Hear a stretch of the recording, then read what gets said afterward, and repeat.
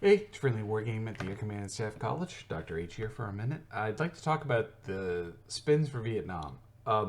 But most of the spins for Vietnam you've been already playing with, so really I just need to talk about a couple of additional things that haven't come up yet. And those are two different kinds of units. So one thing that I want to talk about is the Combat Outpost unit. You'll notice that a Combat Outpost is rated 0 for attack and 0 for movement, so it doesn't move. It does have a 2 in defense, and it does have a nice fortification symbol, and a 5 efficiency rating. So this counts as a ground unit, but it can't move. It also counts as fortifications for the hex, right? So if you're directed to place combat outposts as part of setup or something similar, this is the marker and the places you're going to, and the sort of things that you have to remember about is that one, it counts as a fortification, and then it has a defensive value of 2.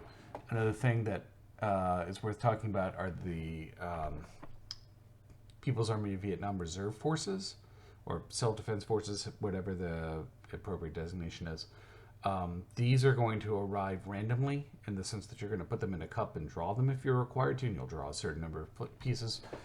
You'll note that each one is a little bit different, so they'll have a area designation. When you draw them, you can place them in that area, in the designated area, in any city, urban, or installation hex.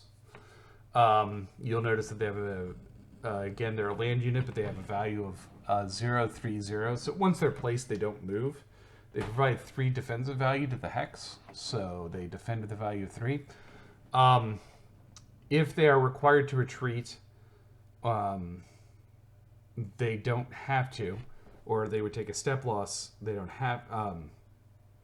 They don't retreat, or they would take a step loss. What you can do is you can make an efficiency rating check, so you can roll under their efficiency rating of 5, and flip them over. And on the reverse side is a -1 to clearing. So the unit that would take a step loss or would have to retreat doesn't completely disappear. It turns into a -1 to the clearing roll. Remember, clearing, you want to roll high. And additionally, it's -1 clearing in every hex on this map. So it's additionally harder to clear, right? Usually the Vietnamese are defending things. This will make it harder to clear for the Chinese to make use of that terrain piece.